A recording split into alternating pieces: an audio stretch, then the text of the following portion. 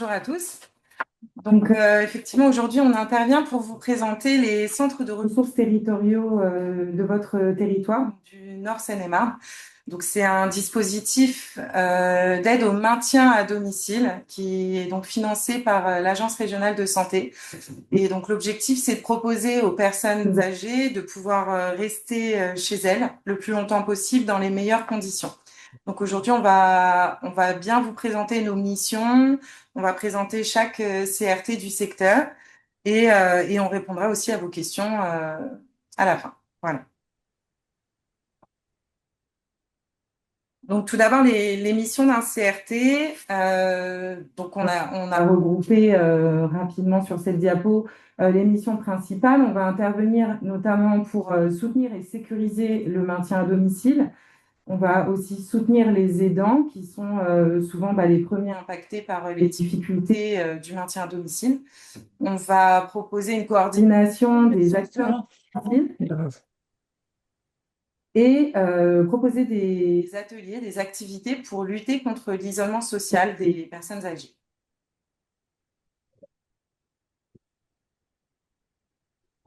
Le CRT, en fait, va travailler sur deux volets. Il y a deux volets. Donc, le premier, ça va être l'animation territoriale, qui est pour les professionnels du secteur, les personnes âgées de plus de 60 ans et les aidants. Donc, au niveau des professionnels, on va proposer des actions de prévention, de sensibilisation et de formation sous forme d'ateliers. Les personnes âgées de plus de 60 ans, c'est à peu près la même chose.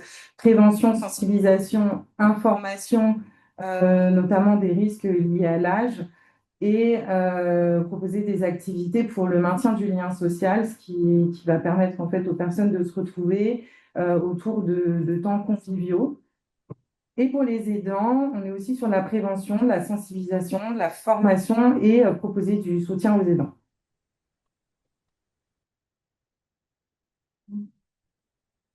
Il faut savoir, excusez-moi, sur la slide précédente, on a un agenda du coup avec des thématiques. Les 4 CRT du Nord Seine-et-Marne, donc on se regroupe tous les mois en copile. Et en fait, on a 4 thématiques, notamment sur l'année, qui sont communes afin de permettre en fait à tout le territoire de pouvoir accéder à des préventions communes. Après, on pourra faire aussi des actions différentes les uns des autres, mais il faut savoir qu'on a un socle commun afin de couvrir tout le territoire et de permettre aux professionnels, aux aidants et aux personnes âgées d'avoir une équité dans l'accès à l'information et à la prévention. Donc, les 4 de 2026, pardon, excusez-moi. Sur les thèmes de formation qu'on a décidé de travailler, donc il y avait la prévention des chutes et les troubles TMS, il y avait l'hygiène bucco-dentaire, il y avait la journée nationale de l'hygiène des mains, il y a la canicule pour cet été, sur la fin d'année, l'accès à la vaccination. Donc ça, c'est autant sur le public personnes âgées que les professionnels du territoire. Et bien évidemment aussi sur les informations sociales. Donc là, on verra avec nos équipes pour pouvoir informer les professionnels et les personnes âgées du territoire sur tout ce qui est mesures de protection juridique. Il y a encore beaucoup de personnes qui ne sont pas bien informées de quelles sont les démarches et quel type de mesures de protection juridique est le mieux adapté pour telle situation.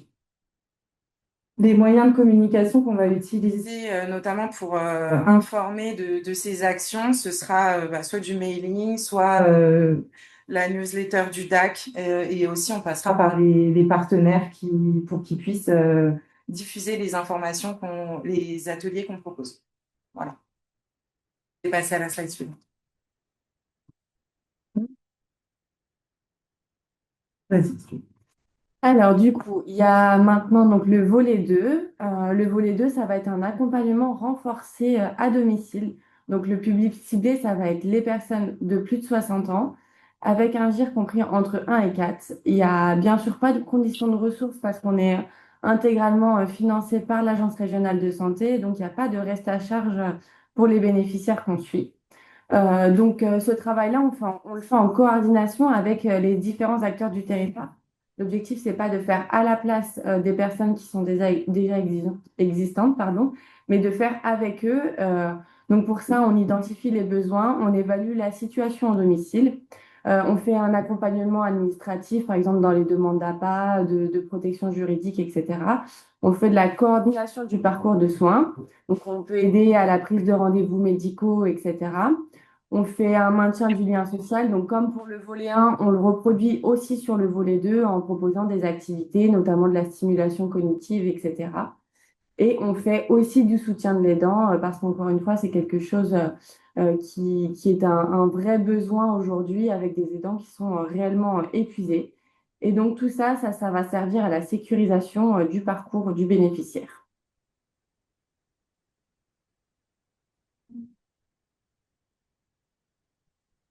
Alors, on a fait les missions du CRT. Maintenant, on va vous expliquer ce que le CRT ne fait pas. Donc, on ne remplace pas les médecins traitants, on ne remplace pas les professionnels libéraux, on ne remplace pas les services d'aide à domicile. On fait avec eux, mais on ne fait pas pour eux. L'objectif, c'est même si, par exemple, on est infirmière, on ne va pas venir faire les soins infirmiers à domicile. C'est pas du tout ça l'objectif. Donc, on n'assure pas les soins médicaux et on ne se substitue pas au dispositif de coordination qui existe déjà et aux professionnels déjà en place. Donc, par exemple, s'il y a déjà le DAC qui est en place et qui assure déjà la coordination du parcours, on ne va pas venir pour faire la même chose. L'objectif, c'est pas de faire doublon. Donc, on agit en complémentarité. Donc, on est 4 CRT. Moi, je suis Lucie Lopez, l'infirmière coordinatrice du CRT ACEP de Roissy-en-Brie. Alors moi, je suis Amandine Dardenne, je suis l'infirmière coordinatrice du CRT Les Champs. On est situé à Coulommiers. Je me permets juste de faire une aparté, Lucie. Donc, sur la Seine-et-Marne, en Nord Seine-et-Marne, il y a 4 CRT. Dans le Sud, il y en a 3. Donc, sur la totalité du département, il y aura 7 CRT et pas prévu qu'il y en ait d'autres. Du coup, on va te parler de composition de notre équipe. Donc, mon équipe sur le CRT Les Champs de Coulommiers, donc moi, je suis l'infirmière coordinatrice à temps plein. J'ai 2 aides-soignants à temps plein. J'ai une assistante sociale à mi-temps, une psychologue en cours de recrutement, je croise les doigts, et le medco de l'EHPAD qui intervient en cas enfin, sur sollicitation. Lucie, du coup, je te laisse. Alors, à Roissy, en termes de ressources humaines, donc moi je suis infirmière coordinatrice à temps plein. On a une infirmière à mi-temps, un assistant en soins gérontaux à temps plein et on est en cours de recrutement pour de nouveau un temps d'animation, une assistante sociale et une psychologue. Ambrée Ladari, du coup, coordinatrice du CRT Val d'Europe à Céris. Au niveau ressources humaines, donc je suis la seule à temps plein en tant que coordinatrice. Ensuite, je vais avoir un médecin gériatre en 02. Je vais avoir une psychologue en 02, une assistante sociale en 02, une enseignante en activité physique adaptée en 05, une ergothérapeute et une psychomotricienne en 02. Donc vraiment, la composition des équipes est différente, ce qui fait que les prestations spécifiques au CRT seront différentes, mais on a quand même un socle commun dans ce qu'on propose. Pour le CRT de Shell, Aurore, en visio, Aurore, tu veux... Bonjour à tous, donc je suis Madame Vuillard-Aurore, je suis la directrice adjointe de l'EHPAD et du SIAD de Chelles, mais j'ai aussi la casquette de coordinatrice donc du CRT. Nous avons actuellement donc un temps dédié pour moi où j'ai plusieurs fonctions donc de coordination. J'ai un ETP d'infirmière, j'ai 0,5 ETP d'agent en soins en gérontologie et j'ai aussi un 0,10% qui est mutualisé aussi avec l'EHPAD pour la psychologue. Je n'ai pas d'ergothérapeute, mais on est en cours de mutualiser avec l'EHPAD un poste qui interviendra à 0,5% du moins à 50% sur le CRT. En attendant, on travaille en partenariat avec Merci Julie. Et bien sûr, mon medco de l'EHPAD qui est à 0,10. Il faut savoir aussi, nous, la spécificité aussi qu'on a sur nos CRT, on va vous en parler plus tard, c'est qu'on a un dispositif, ce qu'on appelle EPOCA, qui nous permet d'avoir une surveillance au niveau médical 24 heures sur 24, 7 jours sur 7. Mais on rebondira après par la suite.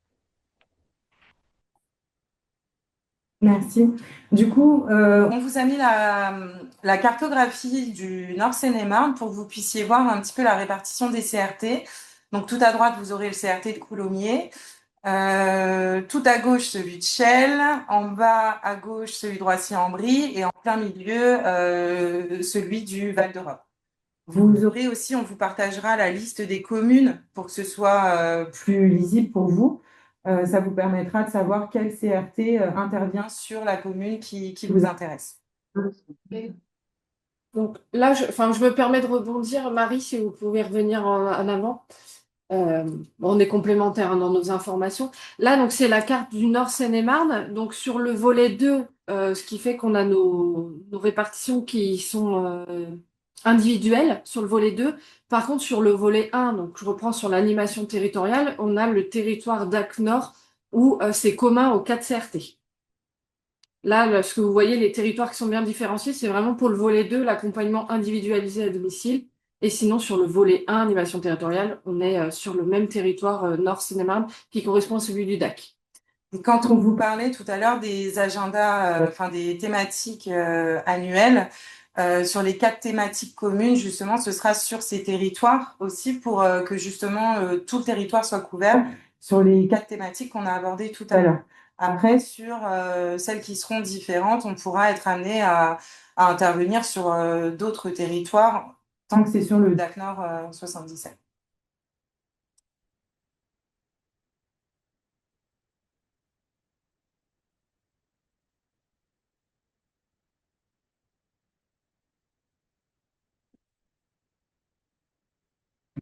Alors, quand et comment nous solliciter quand le maintien à domicile est fragilisé, qu'il y a un retour à domicile, on va dire, suite à une hospitalisation, une prise en charge en SSR, parfois des séjours temporaires en EHPAD aussi qui sont appréhendés. On a aussi beaucoup de sollicitations quand les aidants sont épuisés, en difficulté au niveau des démarches, au niveau des choses à mettre en place. Pour les personnes âgées qui sont aussi isolées et quand il y a un besoin réel d'une coordination sur le quotidien des intervenants au domicile. Et vous pouvez nous solliciter via une fiche d'adressage qui a été mise en place. On a créé, pardon, excusez-moi, une fiche d'adressage. Vous pouvez aussi nous contacter par téléphone ou par mail. On vous donnera toutes les coordonnées en fin de diapo.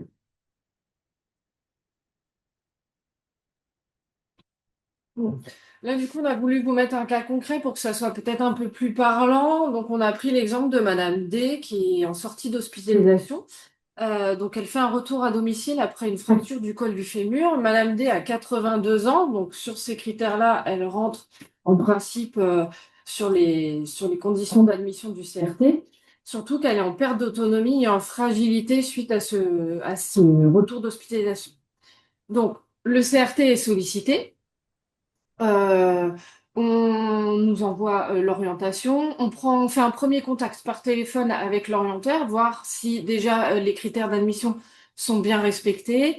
Ensuite, on vient évaluer et sécuriser le domicile. Donc, on évalue à domicile les besoins. On fait un plan d'accompagnement individualisé en équipe.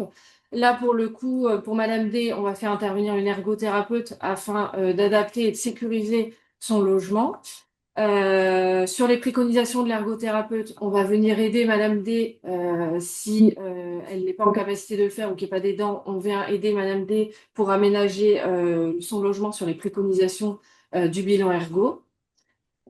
Madame D, si elle a besoin d'aide à domicile, on va venir évaluer, réévaluer la part avec le SAFA. Là, toujours dans l'idée de se coordonner avec les acteurs du territoire. On ne fait pas à la place d'eux. On sollicite le SAFA. Est-ce que Madame D a déjà un plan d'aide? Est-ce qu'il faut le réévaluer ou pas? Ensuite, suite à réception de ce plan d'aide, on oriente vers les services d'aide à domicile. Est-ce que c'est besoin plus un SAD ou un SIAD pour Madame?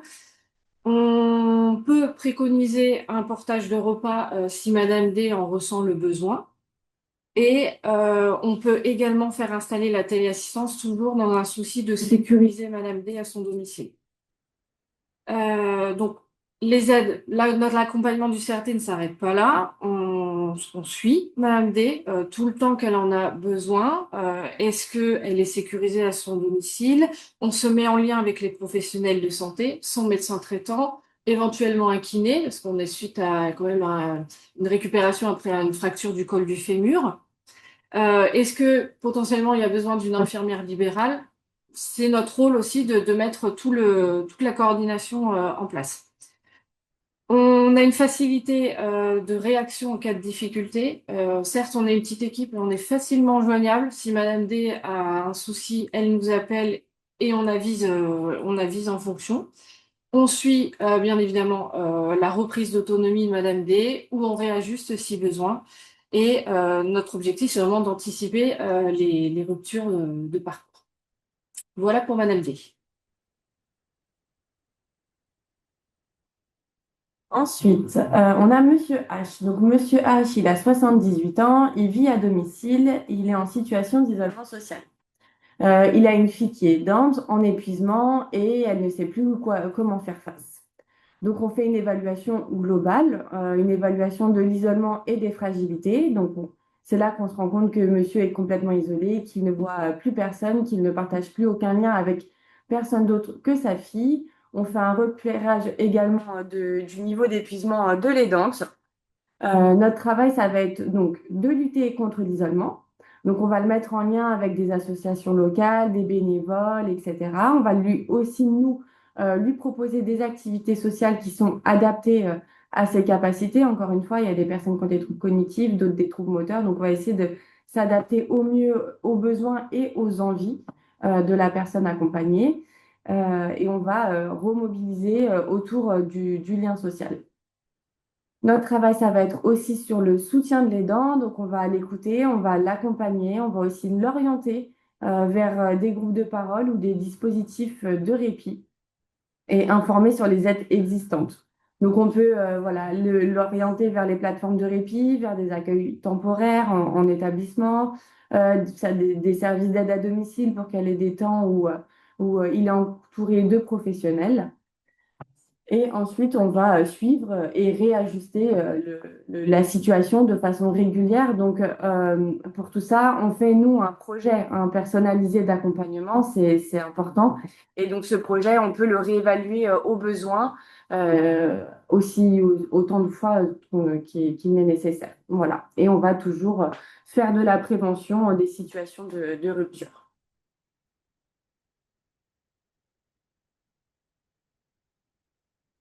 Donc, en conclusion, le CRT, il va servir à sécuriser les parcours, éviter les ruptures d'accompagnement et favoriser le maintien à domicile. Le CRT, c'est un appui pour les professionnels et pour les aidants. Voilà. Et de façon plus globale, donc pour les personnes de plus de 60 ans.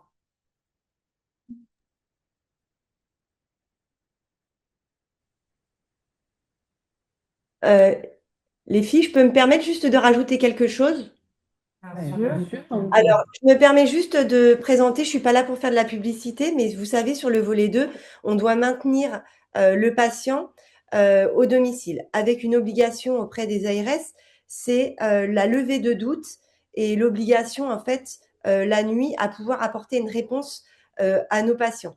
On a, nous, plusieurs systèmes de possibilités. C'est où un soignant est détaché après appel de l'aidant ou de la famille pour lever le doute, ou sinon nous avons aussi ce qu'on appelle des appareils connectés de type EPOCA avec des appareils connectés, une montre ou un bracelet, ou tout ce qui est appareillage d'alerte en cas de chute et autres.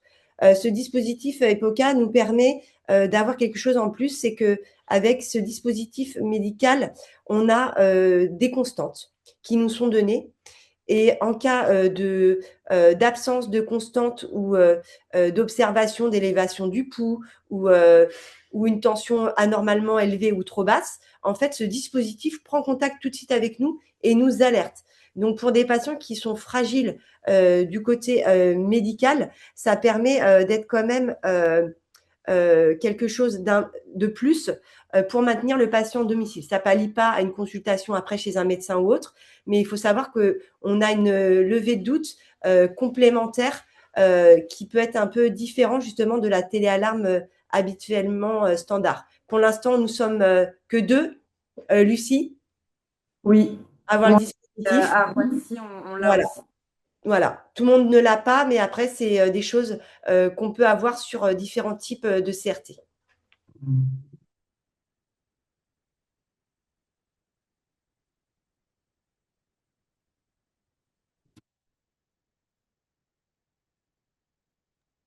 Alors, merci beaucoup pour cette présentation. Nous pouvons passer au temps d'échange avec une première question. Bonjour, les CRT remplacent-ils les PAT? Alors, les CRT ne remplacent personne. Je me, je me permets de réinsister, on travaille vraiment en complémentarité. Notre objectif, c'est vraiment d'orienter vers le PAT si on voit qu'il y a un réel besoin. C'est pas parce qu'on a des assistantes sociales dans l'équipe, enfin tout le monde n'en a pas d'ailleurs. Voilà, Roissy, n'a pas d'assistante sociale. Moi, par exemple, je parle pour moi, mais mon assistante sociale ne va pas travailler à la place du PAT. Elle va pouvoir aider sur des petites problématiques du domicile, mais quand ça relève du PAT, ça relève du PAT, on oriente vers le PAT. Si vous voulez, c'est un facilitateur de parcours un peu le CRT. Bon, vraiment, on travaille en complémentarité, on oriente. Merci. Alors, deux questions à la suite, mais qui sont assez similaires. Bonjour, EPOCA, est-ce la même chose que le système de téléalarme? Alors, je vais répondre non, pas du tout. Certes, on a plusieurs modèles. On a ou le médaillon qui fait office de téléalarme ou une montre, différents dispositifs. Les téléassistantes, c'est juste pour alerter que le patient est au sol ou alerte comme quoi il est tombé ou il est en urgence à son domicile. Nous, en fait, c'est un moyen, certes, d'alerte, mais derrière, on a une réponse médicale. Ça veut dire qu'on a des infirmières qui sont derrière, comme en réanimation, en fait, s'il y a des courbes, tensions, fréquences cardiaques ou autres. Et dès qu'on a une irrégularité ou une problématique, il y a une alerte qui est faite. Si le patient est en journée ou même le seul soir au domicile, l'infirmier est mobilisable, appelle le patient pour lui dire qu'est-ce que vous avez eu, on voit une perturbation, est-ce que vous allez bien? Et si vraiment on voit que ça va pas bien, le dispositif peut être amené à faire la consultation directement avec un médecin en direct, ou s'ils estiment que c'est une urgence vitale, appeler tout de suite le SAMU. Donc, qui est complètement différent du signalement ou de la chute ou d'un problème médical ou autre. Merci beaucoup.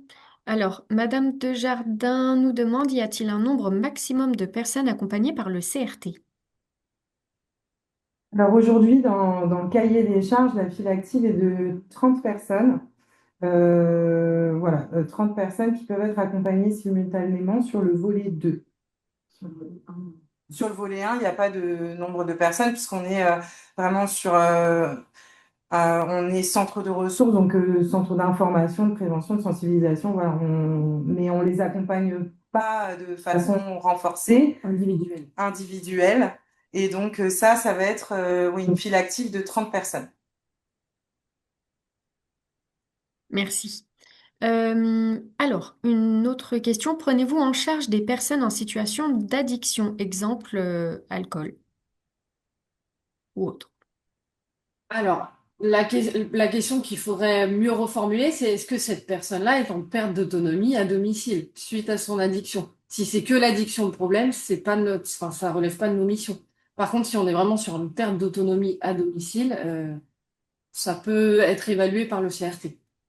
Après, je préciserai quand même que c'est pas l'addiction qui va être un critère d'exclusion, mais ça ne veut pas dire qu'on aura un poids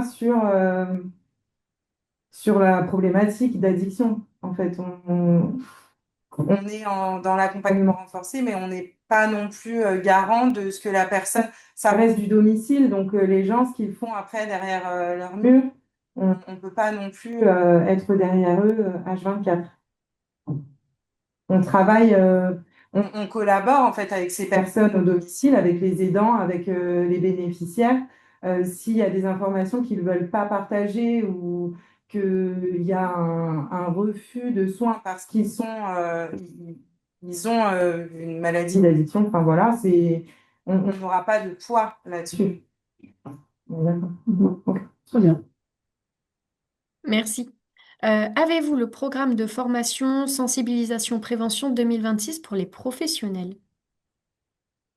Alors, on a les thèmes, on n'a pas encore complètement les dates et les lieux exacts pour tout ce qui va se faire, mais on a les thèmes et ce qu'on peut faire, c'est les renvoyer sur la newsletter du DAC à chaque fois, comme ça vous pouvez y avoir accès plus facilement. On essaye que ce soit fait dans plusieurs communes pour que ce soit plus proche de chacun. Donc c'est pour ça que ça nous prend un petit peu de temps de trouver les lieux à chaque fois pour contenter tout le monde, mais on vous le transmettra au plus vite. Et n'hésitez pas aussi, vous aurez nos contacts en fin de présentation. Si vous voulez être ajouté dans nos listings mail pour avoir les informations, pas hésiter à nous envoyer un petit mail pour qu'on puisse vous ajouter directement. Merci. Alors, Madame Hubert demande, y a-t-il une durée limite d'accompagnement et qu'est-ce qui peut mettre fin à l'accompagnement? Alors, une durée limite, non, non, il n'y a pas de durée limite définie. On n'a pas de durée moyenne de séjour par le CRT, par exemple, d'accompagnement. En fait, les besoins, comme disait Lucie tout à l'heure, sont continuellement réévalués. Tant qu'il y a un besoin, on a la nécessité d'exister auprès du bénéficiaire. Après, si on se rend compte qu'il n'y a plus de besoin, que le parcours est sécurisé, que tous les intervenants sont correctement coordonnés et qu'ils sont en toute autonomie, il n'y a plus forcément la nécessité qu'on intervienne auprès du bénéficiaire de façon renforcée et il peut toujours bénéficier des actions de prévention, de sensibilisation, de lien social du volet 1, mais plus forcément de l'accompagnement renforcé. Après, on peut aussi avoir des sorties du dispositif, forcément, soit suite à un décès, soit suite à une entrée en établissement type EHPAD. Et puis aussi, il me semble que c'est les hospitalisations de plus de 3 mois vont entraîner une sortie du dispositif. Mais n'empêche pas de réentrer par la suite si le besoin est. Voilà. En complément de cette question, quels sont vos délais d'intervention? La question est posée pour Shell, mais du coup, je la pose plus largement pour vous quatre. Moi, je vais permettre de rebondir. Les délais, après, on a quelques dossiers en attente parce que, comme toujours, on a cette contrainte au niveau des professionnels. Nous, sur Shell, on est parti une infirmière 0,5 d'assistance en soins gérontologie. On est en attente de recrutement d'une deuxième ASG, cette fois-ci à temps plein, pour compléter. On a quelques dossiers en attente, mais la prise de contact, en tout cas, est faite très rapidement. On nous contacte dans les 48 heures en fonction s'il y a des week-ends ou des jours fériés.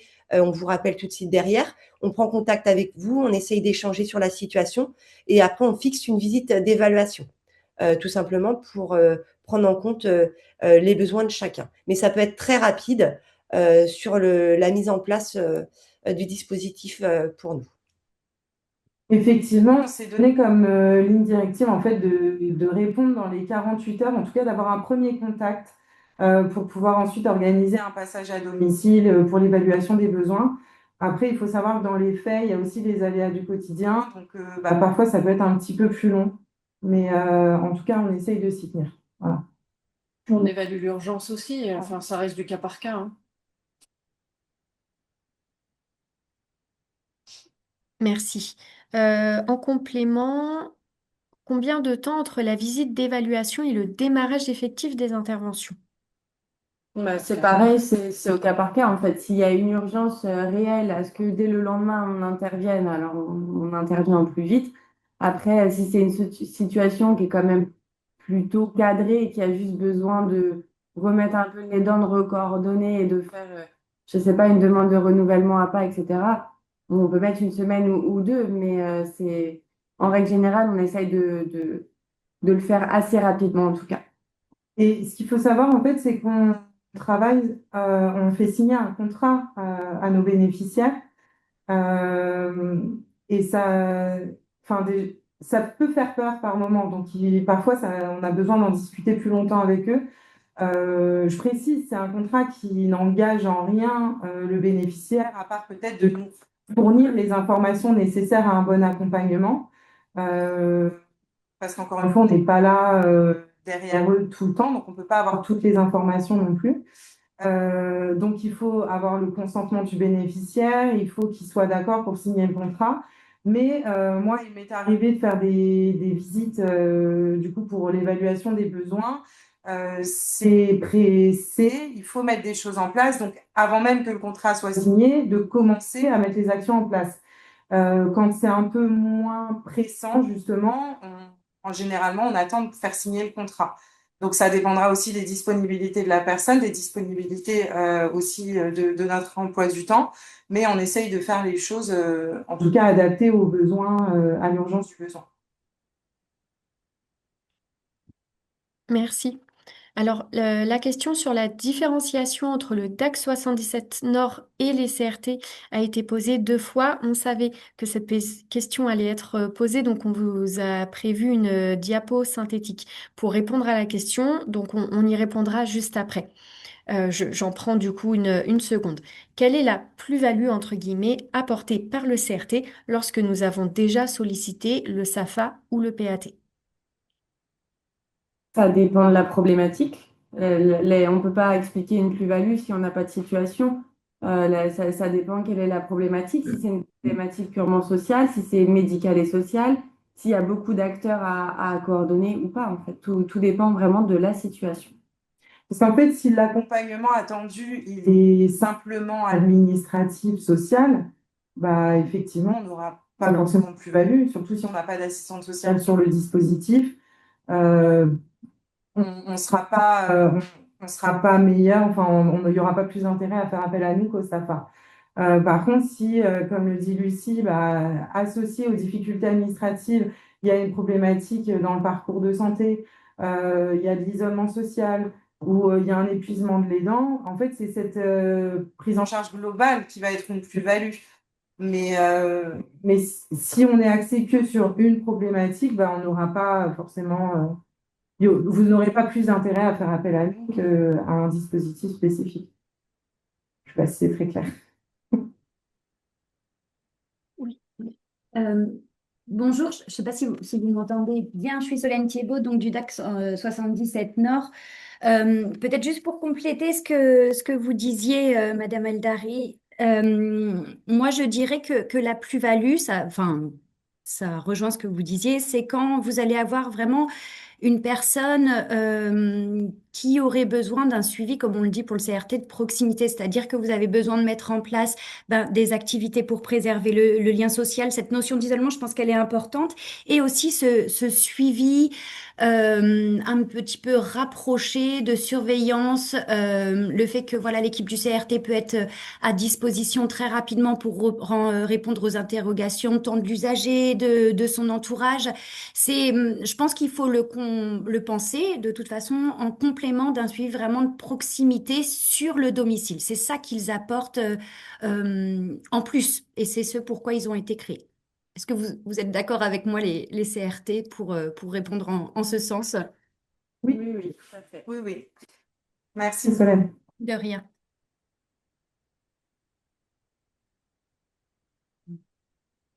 Alors, une autre question, faut-il obligatoirement signer une convention avec les CRT pour bénéficier des formations sensibilisation des professionnels? Non, pas forcément. Il y a pas de nécessité à ce qu'on signe obligatoirement une convention. Après, Bah, les conventions sont avec nos partenaires, donc ceux avec qui on va, par exemple, penser et formaliser, enfin, sur la formation, mais les participants, il n'y a pas de convention à signer. Je ne sais pas si c'était tourné comme ça, la question, moi je l'ai compris. Moi, j'ai compris ça comme ça. Merci. Alors, j'avais compris que le CRT était un dispositif d'EHPAD hors les murs. Est-ce le cas? Les interventions sont-elles intensives et suffisantes? Est-ce que Est-ce ça que n'est ça pas n'est dans pas les dans normes? le volet 2, oui. Un peu. Alors, le volet 2, oui, dans les faits, accompagnement renforcé à domicile pour les personnes de plus de 60 ans qui vont rencontrer des problématiques notamment de santé. Notre objectif, c'est de retarder l'entrée en établissement en sécurisant vraiment le bénéficiaire. si son souhait est là de rester chez lui. Donc oui, on va proposer une expertise, entre guillemets, de l'EHPAD à domicile. Maintenant, sur la deuxième partie de la question, excusez-moi, vous pouvez répéter? Euh,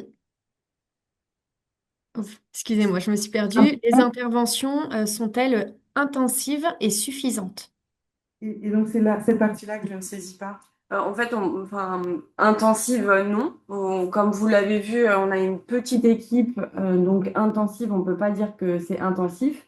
Et c'est pour ça qu'on coordonne autant les acteurs pour qu'il n'y ait pas que nous. En fait, l'objectif, c'est qu'il n'y ait pas que nous. Nous, on est là à un moment T pour coordonner et accompagner, mais l'objectif, c'est qu'à un moment donné, notre prise en charge, elle se retire.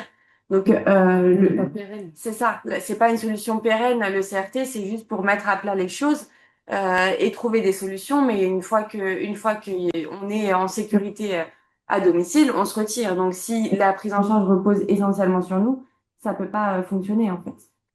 Et ce qui est important de noter, en fait, c'est que la mission aussi du CRT, c'est de clarifier le maillage territorial en fait qui existe, mais qui n'est pas toujours évident à cerner pour les bénéficiaires, pour leurs aidants et pour certains professionnels aussi. Donc c'est de clarifier ces choses-là et de pouvoir, comme disait Amandine, faciliter leur parcours en leur donnant un chemin plus direct et qu'ils n'aient pas à appeler partout et à chercher partout et s'y perdre, parce qu'il y a beaucoup d'intervenants, il y a beaucoup de dispositifs qui existent et qui sont pas forcément connus. Donc, on a aussi cet objectif-là de clarifier en fait ce paysage d'intervenants. Mais on ne sera pas comme à l'EHPAD avec des soignants qui seront là tous les jours. On n'a pas les moyens, en tout cas les ressources pour proposer ce type de service. Et encore une fois, en fait, on n'a pas lieu de remplacer ce qui existe déjà, c'est-à-dire les services d'aide à domicile en place. Je me permets de compléter, Ambre. Pour les CRT qui sont portés par un EHPAD, c'est vrai qu'on a cette facilité pour les problématiques d'isolement social. Dans nos équipes, on a des ASG. Elles peuvent venir faire des convivialités à domicile. Alors, sur la fréquence, on adapte toujours en fonction du besoin du bénéficiaire et on peut aussi intégrer sur des temps d'animation de l'EHPAD ou organiser des accueils de jour si c'est vraiment un besoin pour le bénéficiaire. L'accueil de jour n'est pas toujours sur les EHPAD porteurs. Notre objectif, vous avez vu, on a des territoires qui sont assez vastes. L'objectif, c'est toujours de se rapprocher du domicile, trouver la meilleure solution proche du domicile du bénéficiaire. Et aussi, dernière chose que je tenais à spécifier, c'est que tout à l'heure, Lucie vous a bien dit, c'est sans reste à charge parce que c'est un dispositif qui est financé par l'ARS. C'est tout ce qu'on va mettre en place, en tout cas notre travail de coordination, d'évaluation est gratuit. Maintenant, il faut savoir que s'il y a des aides à domicile qui sont mises en place, effectivement, c'est du domicile, donc c'est à la charge de la personne. S'il y a du matériel de l'accueil de jour à mettre en place, c'est à la charge de la personne et non pas du CRT. S'il y a du matériel à mettre en place et qu'il y a un reste à charge parce qu'il n'est pas intégralement pris en charge par la sécurité sociale, c'est aussi à la charge de la personne. On est sur une prise en charge du domicile. C'est nos interventions qui sont sans reste à charge, en tout cas qui sont gratuites. Voilà, je tenais à le préciser quand même. Merci. Avez-vous un GIR minimum pour qu'un bénéficiaire intègre votre dispositif? Acceptez-vous un GIR 5 ou 6 si la situation sociale est complexe? Alors non. Sur le volet 1, sur ce qui est formation, sensibilisation et animation, oui, il n'y a pas de critères de GIR. Maintenant, sur le volet 2, non. Et on n'a pas à... Enfin, on n'entend pas vraiment sur les problèmes sociaux complexes. En fait, tout ce qui est complexe, c'est pas pour nous. On va y revenir plus tard, notamment avec la présentation entre le travail d'AXRT. Mais tout ce qui est complexe, nous, on le réoriente. On n'est pas... C'est ce qu'on disait, nos assistantes sociales, elles sont pas... Elles peuvent pas pallier à des situations sociales trop compliquées, donc on réoriente vers le PAT. Et pour les situations médicales trop compliquées, on réoriente vers le DAC. Sinon, pour le volet 2, c'est un GIR 1 à 4. Si la personne a été évaluée il y a allez, quelques temps on va dire 6 mois, 1 an, et qu'en fait, elle n'a pas bénéficié de l'APA parce qu'elle était plutôt évaluée en GIR 5-6, vous pouvez quand même nous contacter s'il y a une perte d'autonomie. Même si la personne n'a pas encore été réévaluée, on peut être contacté. On ne s'arrêtera pas du fait qu'elle a été évaluée en GIR 5-6 il y a quelque temps. Une altération de l'état général peut justifier que vous nous appelez. Il y a une perte d'autonomie, il y a la nécessité de réévaluer ou d'évaluer tout simplement le domicile pour qu'il soit adapté aux besoins de la personne. Il faut refaire une demande d'évaluation à part. Enfin voilà, s'il y a toutes ces choses-là autour à remettre en place, effectivement, vous pouvez nous appeler, même si de prime abord, il y a quelques mois, on a dit à la personne qu'elle était en GIR 5. On va pas s'arrêter à ça. Il ne nous faut pas le papier de l'APA qui dit que c'est GIR 1 à 4. On s'arrête pas à ça. Mais effectivement, si la demande de la dame, c'est vraiment un GIR 6 et qu'en fait, c'est une problématique purement administrative, sociale, ben, en fait, on n'a pas lieu d'être. D'accord. Est-ce qu'une personne de moins de 60 ans bénéficiant d'une MDPH peut bénéficier de ce dispositif? Alors, pour le volet, ben non, parce qu'en fait, c'est à partir de 60 ans. C'est pas une problématique de dossier MDPH ou pas, c'est l'âge qui ne correspond pas à nos critères d'admission. Merci. Est-ce que pour les formations et les actions de prévention, travaillez-vous en partenariat avec d'autres centres de ressources ou réseaux de santé? Alors, pour tout ce qui est formation, bien évidemment qu'on travaille en partenariat avec des acteurs locaux. Encore une fois, on est une petite équipe, donc on ne peut pas se permettre de faire toutes les formations, mais si on a des volontaires qui voudraient travailler avec nous, c'est avec plaisir. Donc oui, on travaille en partenariat justement pour proposer un panel de formations. Bon, les formations qu'on vous a dit tout à l'heure, ça fait partie aussi de notre thématique dans un agenda thématique. On peut faire d'autres formations si c'est vraiment un besoin ou donc on voit que les professionnels du domicile, c'est vraiment une demande. C'est quelque chose qui peut s'organiser. J'ai perdu la moitié de la question. Mais oui, on travaille avec en fait tout le territoire. Nous, au contraire, on n'est pas forcément les plus à même de parler, je sais pas, de l'hygiène dentaire de par notre expérience professionnelle. Alors l'objectif, c'est de trouver la personne adaptée à venir faire ce sujet-là de formation. Nous, si vous êtes expert dans un domaine, n'hésitez pas. Bien visiblement dans le chat, vous avez voilà donc Madame Serrano Molina qui a indiqué volontaire pour travailler avec vous si besoin en diabète. C'était pas une question, mais vous pouvez en tenir compte. S'il n'y a pas d'autres questions sur l'émission et action des CRT, alors dans ce cas, on peut passer à cette fameuse question de la distinction dans les actions entre DAC et CRT. Donc, je vais pouvoir passer à la diapo suivante et je vous donne la parole. Et c'est comme- Alors, du coup, on a mis cette slide un peu en retrait, parce qu'on savait très bien que la question allait être posée. Donc, le DAC, voilà, on a essayé de différencier au mieux pour que ça soit compréhensible. Le DAC oriente et coordonne, et le CRT, c'est vraiment considéré comme un appui au domicile. Donc, le DAC intervient toujours dans les situations qui sont complexes. Ils ont aussi une équipe pour les soins palliatifs. Nous, à l'inverse, tout ce qui est complexe, on est d'accord qu'on travaille en coordination avec le DAC, on oriente vers le DAC. Nous, on intervient vraiment quand il y a un maintien à domicile qui est fragile. Le DAC fait une évaluation globale des besoins, coordination de parcours de santé. Si le DAC est déjà dans la boucle, il se peut qu'il fasse appel au CRT pour compléter, rajouter voilà, des actions complémentaires, je me répète. Et à l'inverse, si le CRT est dans la boucle initiale, mais que la situation est bien trop complexe, nous, on oriente vers le DAC, où on travaille aussi en coordination avec eux. Voilà, je ne sais pas si c'est bien clair pour tout le monde. En fait, voilà, ce qui est situation complexe, c'est du DAC.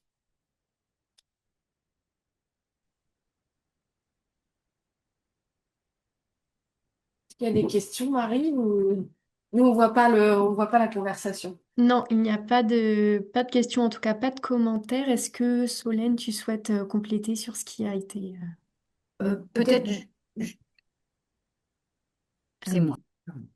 Voilà. Juste préciser que, euh,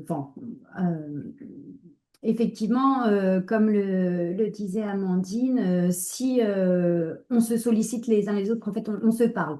Donc, ne vous inquiétez pas, si vous questionnez, on peut se renvoyer la balle. Et après, comme ils l'ont notifié, quand vous avez des questionnements sur qui peut intervenir, c'est aussi la mission de notre pôle d'accueil et de régulation. Si vous vous demandez, est-ce que peut-être cette situation pourrait relever des missions du centre ressources territoriales de mon territoire, vous n'hésitez pas à appeler et puis on peut vous répondre. Si vous n'avez pas leurs coordonnées, enfin, voilà, vous n'avez pas la cartographie tout de suite, vous ne savez pas qui c'est, on peut le voir avec vous. Mais on peut intervenir de toute façon l'un avec l'autre, comme le disait Amandine. Nous, soit on fait un relais vers le CRT, etc. On peut rester tous les deux en appui sur nos missions complémentaires. Voilà.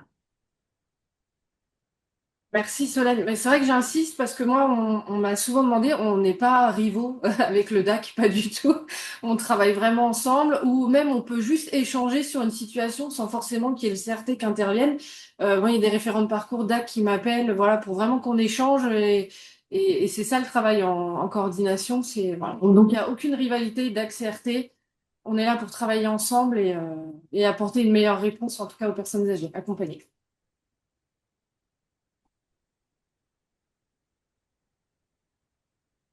Eh bien, s'il n'y a pas d'autres questions, je vous remercie. Merci beaucoup, les CRT, pour cette présentation.